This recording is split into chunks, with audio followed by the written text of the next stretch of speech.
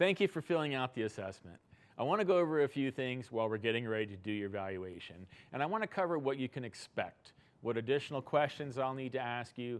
And I think it'll be helpful to give you some background on why 98% of business owners do not do a business valuation and they don't know truly what their business is worth. Here's the first reason. It's expensive.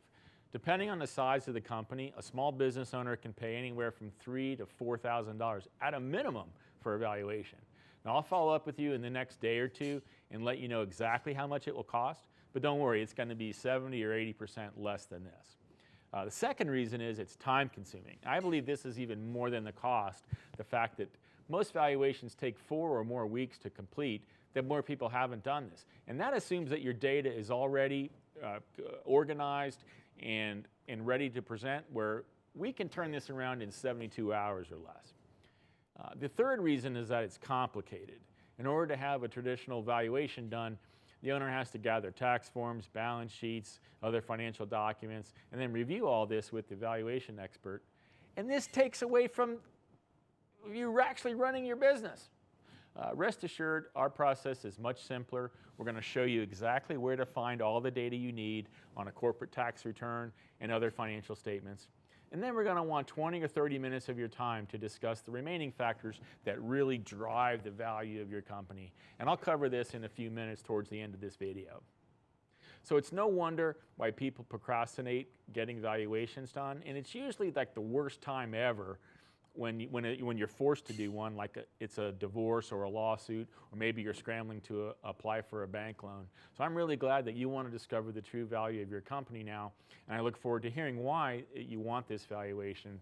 Here's a couple of reasons that I've seen in the last 25 years of advising entrepreneurs, and you might find one of these valuable as well. The first would be selling your business, and this gives you the upper hand when you're interviewing business brokers, because you'll know if they have a solid fact basis for the asking price that they're recommending to you or not.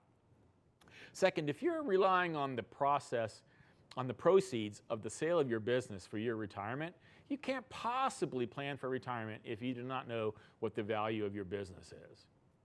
And you can see these other reasons here, whether it's bank financing, succession planning, etc., all good reasons. Now, getting more value from these valuations, let's dive into this a little bit deeper. Entrepreneurs who really build wealth focus on growing the value of their company, not just on the net profits and their take-home pay. The second thing would be protection, risk management. You want to make sure that you're adequately insured, not overinsured, not underinsured. The reason that most businesses don't sell is for one simple reason: they're not valuable enough.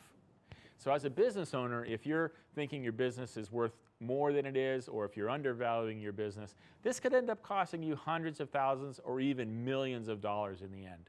You know, public companies report their value quarterly, so knowing the value of your business lets you measure how you're doing. It really lets you know your potential. This report is going to give you key performance indicators, more on that in a moment, and it's going to show you how your business compares to similar companies, both here locally and nationally. Okay, how do we do it? The complexity stays where it should, behind the scenes. We're using a 7-step process and sophisticated technology to deliver an accurate business valuation. It's a patented process algorithm. It uses methods from both the market comparables as well as both the asset and the income approach to reach the valuation. This whole methodology and 7-step process has even been endorsed by the American Bankers Association. And the results are presented to you in 4 separate ways. First is the equity value. That's a stock purchase. It's the supplies, the fixed assets, the intangible assets, and all the liabilities of the business. The second is the asset sale. This is much more common, seen in a sale of a small business, because a sophisticated buyer really only wants the valuable stuff in your business. They don't want to buy any potential liabilities that are out there. So that's called an asset sale. The third is the enterprise value. And enterprise value is a reflection of the firm's value as a going concern. And then the fourth is the one you don't want. This is a liquidation value. So this is the immediate sale of all assets on the balance sheet, plus the paying back of all your debts. So here's the ways that evaluation will reveal to you how you can grow your business the fastest. And it helps you answer 2 questions. Number 1, how can you get the biggest results with the least amount of effort? And number two, how can you drive profits, that is, make the most money in the shortest amount of time? Now, if you get good answers to these two questions, I guarantee this alone is going to be worth the price of admission of getting a valuation done.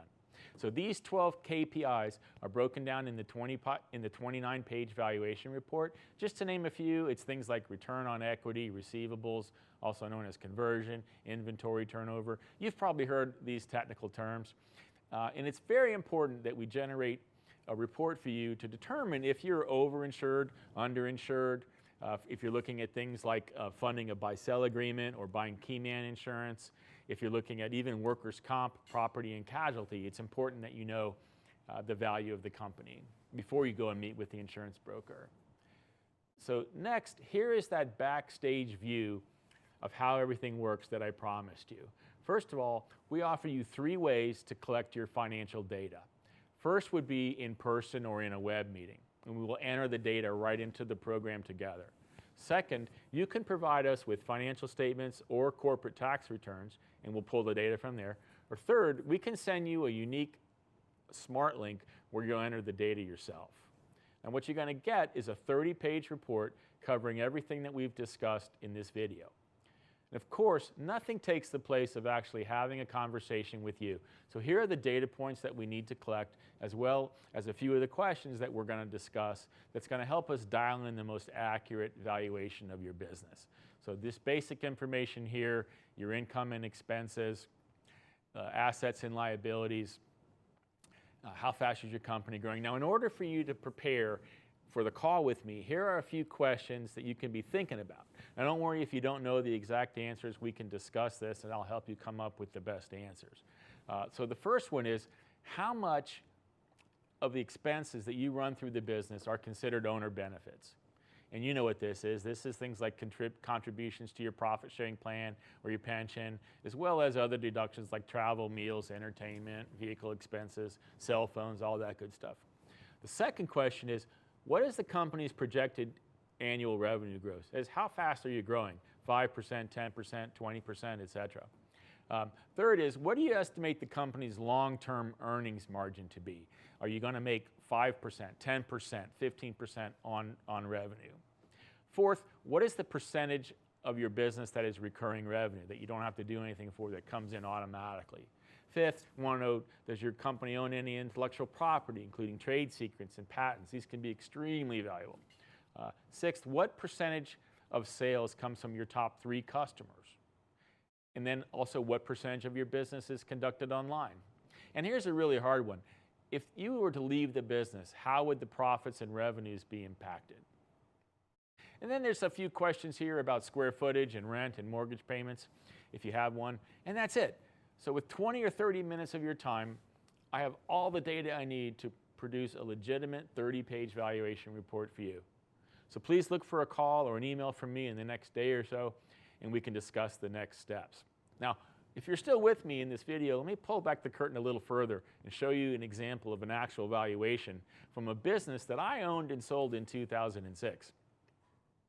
So this is an actual tax return, a corporate tax return, the 1120S corporate tax return, where I get most of the data from to run this valuation. And you might ask, well, how can you show a client's tax return on this video? Well, this is my tax return, so I can show it if I want to.